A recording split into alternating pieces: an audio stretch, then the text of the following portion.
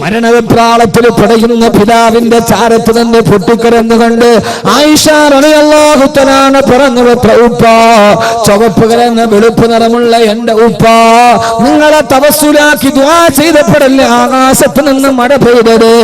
നിങ്ങൾ അനാഥകളുടെ സംരക്ഷകനായിരുന്നുവല്ലോ, നിങ്ങൾക്ക് പാവങ്ങൾക്ക് ഒരു അത്താണിയായിരുന്നുവല്ലോ. ഉപ്പാന്റെ ചാരത്ത് നിന്ന് ആയിഷ റളിയല്ലാഹു തആല പൊട്ടിക്കരയവേ അബൂബക്കർ റളിയല്ലാഹു തആല പറഞ്ഞു, ആയിഷ, അതെന്നെ കുറിച്ചല്ല നീ എങ്ങനെ പറയേണ്ടത്. ഫദാക റസൂലുള്ളാഹ്, ഫദാക റസൂലുള്ളാഹ്, അത് അല്ലാഹുവിന്റെ റസൂലിനെ കുറിച്ച് പറയേണ്ടതാണ് ആയിഷ, അത് അല്ലാഹുവിന്റെ റസൂലിനെ കുറിച്ചല്ലേ പറയേണ്ടത് എന്ന് പറഞ്ഞ തീരവേ ആയിഷ ബിവിയോട് പറഞ്ഞു, മോളെ, ഉപ്പാടെ മുഖവും ശരീരവും മൂടാൻ ഒരു വെള്ള തുണി എടുത്തുകൊണ്ട് വാ മോളെ, ഇതാണ് മരണമെന്നറിയാണ് മകളോട് വസിയത്ത് ചെയ്തു മകള് തുണി എടുക്കാനോട്. ഇത് കേട്ട സഹാബത്ത് ചോദിച്ചു, അമീറുൽ മുഅ്മിനീൻ, അങ്ങ് മരണത്തിന്റെ വക്കീലാണല്ലോ, രോഗം മൂർച്ഛിച്ചുവല്ലോ, ഞങ്ങൾ നിങ്ങൾക്ക് വേണ്ടി ഒരു വൈദ്യനെ വിളിച്ചു കൊണ്ടുവരട്ടെ? അബൂബക്കർ റളിയല്ലാഹു അൻഹു പിന്നെ മറുപടി വന്നു, ഓ വൈദ്യനെ നിങ്ങൾ വിളിക്കണ്ട, വൈദ്യൻ എന്നെ വന്ന് സന്ദർശിച്ചിട്ട് ഇപ്പൊ തിരിച്ചു പോയതേയുള്ളൂ, ഞങ്ങളെ കണ്ടില്ലല്ലോ. ആട്ടെ, പരിശോധിച്ച വൈദ്യൻ എന്നാണ് റിസൾട്ട് പറഞ്ഞത്?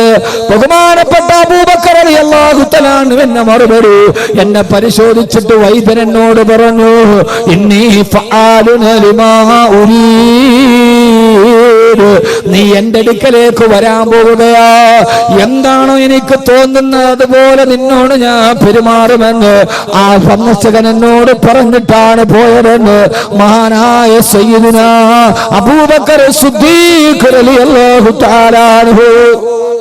സഹോദരങ്ങളെ, ആയിഷ റളിയല്ലാഹു തആല വെള്ള തുണിയുമായി വരുമ്പോ അശ്ഹദു അല്ലാ ഇലാഹ ഇല്ലല്ലാഹ് വ അശ്ഹദു അന്ന മുഹമ്മദർ റസൂലുള്ളാഹ് അവസാനത്തെ വിശുദ്ധവാക്യം പറഞ്ഞിട്ട് മഹാനായ അബൂബക്കർ റളിയല്ലാഹു തആല അൻഹു വിട പറയാൻ തീരുമാനിച്ചിരുന്നുവെങ്കിൽ എന്റെ പ്രിയപ്പെട്ട സഹോദരങ്ങളെ, എന്റെ പ്രിയപ്പെട്ട സഹോദരിമാരെ, എനിക്ക് പറയാനുള്ളത് ഈ ആധുനിക ലോകത്തിന്റെ അസുരഭാവങ്ങളെ നമ്മുടെ ജീവിതത്തിലേക്ക് പകർത്താനല്ല, അവസാനം വിട പറയുന്ന നേരം നല്ലവനായി വിട പറയാ എന്റെ പുതിയ ന്യൂ ജനറേഷൻ തലമുറയോട് ഞങ്ങൾ ഈ ജീവിതത്തിൽ ഇങ്ങനെ അടിച്ചു പൊളിച്ച് ജീവിക്കാനല്ല, പിന്നെയോ അവസാനം വിട പറയുന്ന പോലെ അല്ലാഹുവിന്റെ വിശുദ്ധമായ ദീനിനു വേണ്ടി ജീവിച്ചു മരിച്ചു പോയ ഒരു യഥാർത്ഥ ചെറുപ്പക്കാരനെ പോലെ, ഉമറിനെ പോലെ, ഖാലിദിനെ പോലെ, സൈദിനെ പോലെ, മഹാനായ ഹംസത്തുൽ റളിയല്ലാഹു അൻഹുവിനെ പോലെ അവസാനം വിട പറയുന്ന നേരം എന്റെ ജീവിതം റബ്ബിന് വേണ്ടി സമർപ്പിച്ചതാ, എന്റെ ജീവിതം ഇസ്ലാമിന് വേണ്ടി സമർപ്പിച്ചതാ, ഞാൻ എന്റെ ജീവിതം മുഴുവൻ പടച്ചറപ്പിന്റെ തൃപ്തിക്ക് ജീവിച്ചതാ. അവസാനം വിട പറയുന്ന നേരത്ത് നാളെ പരലോകത്ത് കിട്ടുന്ന സ്വർഗത്തിന്റെ ഛായാചിത്രം അവനവന്റെ കൺമുമ്പുകളിൽ തെളിഞ്ഞു കണ്ട് സുന്ദരമായി വിട പറയാ പുതിയ തലമുറയ്ക്ക് കഴിയാതെ പോയാ, ന്യൂ ജനറേഷന് കഴിയാതെ പോയാ, നമ്മുടെ ലോകമെന്ന് പേരിട്ട് കൊടുത്തൊരു പേരാണ് ജനറേഷൻ എന്ന് പറഞ്ഞാൽ പുതിയ തലമുറ, ന്യൂ ജനറേഷൻ എന്ന് പറഞ്ഞാൽ പുതിയ തലമുറ. ആരാണ് ന്യൂ ജനറേഷൻ ഫ്രീക്കന്മാരെന്നറിയോ?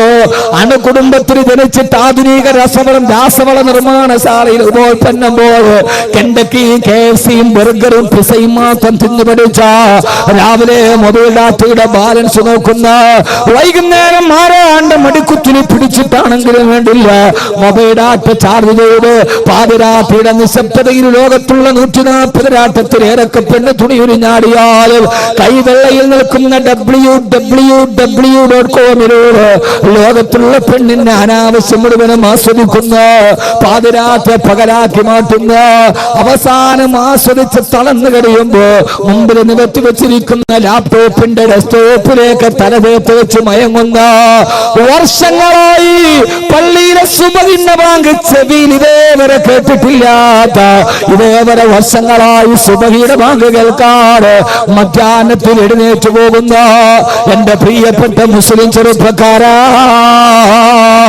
എന്റെ പ്രിയപ്പെട്ട മുസ്ലിം ചെറുപ്പക്കാരാ, മാറണ്ട മോനെ, നിനക്ക്?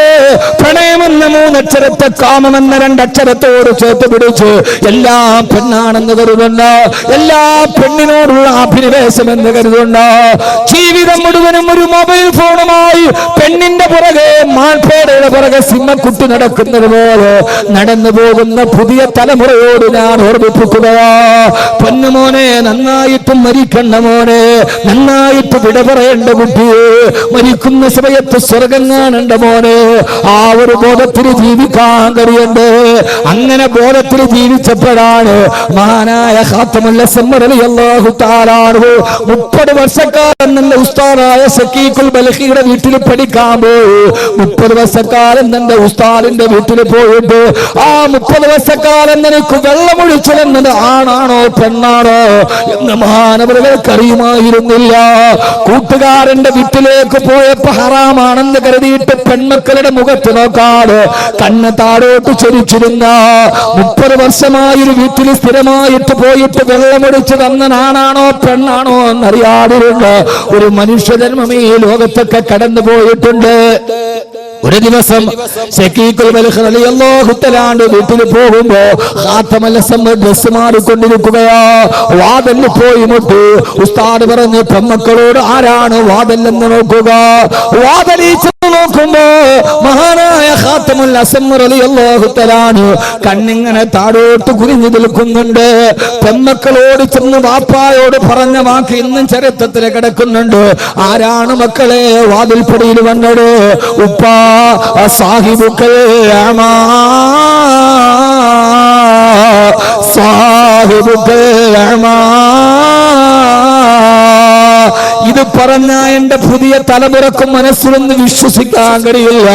വാപ്പാ, നിങ്ങളുടെ അന്ധനായ കൂട്ടുകാരനാണ് ഉപ്പ. അന്ധനായ കൂട്ടുകാരൻ എനിക്കില്ലല്ലോ. ചെന്ന് നോക്കുമ്പോ ഖാത്തമുൽ അസ്മർ റളിയല്ലാഹു അൻഹു, മക്കളെ ആ ചെറുപ്പക്കാരൻ അന്ധനല്ല. 30 വർഷക്കാലം നിങ്ങളുടെ വീട്ടില് നിത്യസന്ദർശകനായി വരുമ്പോ തങ്ങളുടെ മുഖത്തേക്ക് കണ്ണുയർത്തിയൊന്ന് നോക്കാത്ത ചെറുപ്പക്കാരന് അന്ധനാണെന്ന് ആ പെൺകുട്ടികൾ വിചാരിച്ചു പോയിരുന്നു. 21ാം നൂറ്റാണ്ടിൽ ചിന്തിക്കാൻ കഴിയോ ഇങ്ങനെ ഒരു ചെറുപ്പക്കാരനെ കുറിച്ച്? കടന്നു പോകുന്നവന്റെ വീട്ടിലെ പെണ്ണിനെ പോലെ കാമത്തിന്റെ മെത്തയിൽ കിടത്തുന്ന, സീരിയലിന്റെ മോഹമായിട്ട് കഴിഞ്ഞ ഷാരി എന്ന നമ്പൂതിരി കുട്ടി കോട്ടയം മെഡിക്കൽ കോളേജിന്റെ മോർച്ചറിയിൽ 90% പൊള്ളലേറ്റ് കൊണ്ടുപോകാ കാരണക്കാരിയായ അവളുടെ വീട്ടിലെ നിത്യസന്ദർശകയായിരുന്നു. അവളുടെ അമ്മയുടെ ബന്ധുവായിരുന്നുവെങ്കിൽ സഹോദരങ്ങള്, കാണുന്നവനെയൊക്കെ കൂട്ടിക്കൊടുക്കുന്ന ലോകത്ത് 30 വർഷക്കാലം ഒരു വീട്ടിൽ പോയിട്ടൊരു പെൺകുട്ടികളുടെ മുഖത്ത് നോക്കാതെ ആ പെൺകുട്ടികൾ ഇത് അന്ധനാണെന്ന് ധരിച്ചു പോയിരുന്ന അതാ വീട്ടിൽ മാത്രമല്ല മഹാനവരാ നാട്ടിലെ അങ്ങാടിയിലൂടെ നടന്നു പോകുമ്പോ അരുതാത്ത കാഴ്ചകളൊന്നും കാണാതിരിക്കാൻ കണ്ണ് താഴേക്ക് നടത്തുമ്പോ അത് കാണുമ്പോ അങ്ങാടിയിലെ ആളുകൾ പറയുമായിരുന്നു, അത്രേ, അല്ലാഹുവേ അല്ലാഹുവേ അല്ലാഹുമ്മ ഇന്നി അഊദു ബിക മിനൽ അമാ. അല്ലാഹുവേ, നിന്നോട് ഞങ്ങൾ അന്ധതയിൽ നിന്ന് കാവലിനെ തേടുന്നു അല്ലാ. ആ നടന്നു പോകുന്ന മനുഷ്യനോട് അന്ധനാണെന്ന് കരുതിയിട്ട് അങ്ങാടിയിൽ ചുറ്റുവട്ടത്ത് നിന്ന ആളുകൾ ഞങ്ങളെ ഇങ്ങനെ അന്ധനാക്കല്ലേ അല്ലാ എന്ന് കാവലിനെ തേടുന്ന രീതി അല്ലാഹുവിന് ഇഷ്ടപ്പെടാത്തതെന്റെ കണ്ണിന് വേണ്ടാന്ന് പറഞ്ഞിട്ട് സഹോദരങ്ങളെ, എന്റെ ചെറുപ്പക്കാരെ, നമ്മുടെ കണ്ണുകൾ കൊണ്ട് കാണുന്നത് പാപമാ. ഒന്നും വേണ്ട, നമ്മുടെ ഹൃദയം കറുക്കാൻ അധിക സമയം വേണ്ട. കണിയാപുരത്ത് നിന്ന് നേരെ കഴക്കൂട്ടം വരെ സഞ്ചരിച്ചാൽ മതിലുകൾ വെച്ചിരിക്കുന്ന പോസ്റ്ററുകൾ കണ്ടാൽ മതി. ഹറാമിന്റെ പേക്കൂത്ത് നടത്തുമ്പോ മക്കളും ഭാര്യയുമായിട്ട് നടക്കാൻ കഴിയാത്ത സിനിമാ നടിമാരുടെ അടിപ്പാവാടയുടെ കളർ പോലും കാണിക്കുന്ന അർദ്ധനഗ്ന പോസ്റ്ററുകൾ വ്യാപകമാകുമ്പോ ഒരു കാര്യത്തിൽ ഇതൊക്കെ കാണാൻ വിധിക്കപ്പെട്ടവരാണ് നമ്മൾ. പെട്ടെന്ന് തുറന്നാൽ ഫേസ്ബുക്ക് ഓൺ ചെയ്താൽ അശ്ലീലതയുടെ ആവർത്തന ഭാവങ്ങളെ കാണുമ്പോ ഒരു കാര്യത്തിൽ ഗൾഫ് രാഷ്ട്രത്തിൽ ജീവിക്കാൻ കഴിഞ്ഞാൽ കുറച്ച് നല്ലതാണ്.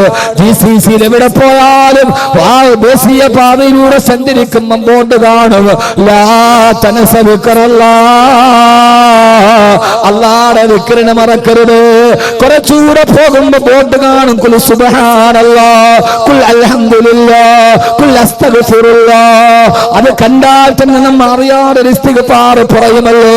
പക്ഷേ നമ്മുടെ പ്രബുദ്ധ കേരളത്തിൽ അരക്കിന് പോട്ട് തുണിയില്ലാത്ത പെണ്ണിന്റെ ആവാസത്തിന് അശ്ലീലതകൾ കാണുമ്പോ എന്റെ പൊന്നുമോനെ Laila Majnu പാടിയിട്ടുണ്ടല്ലോ, Laila Majnu പാടിയിട്ടുണ്ടല്ലോ. വകൈഫ തറാ Laila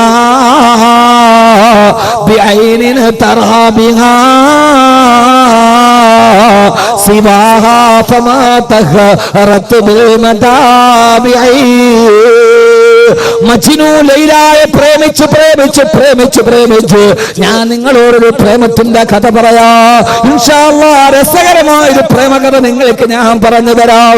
അതാകുമ്പോ പിന്നെ കുട്ടികൾക്ക് വലിയ ഇഷ്ടമാണല്ലോ.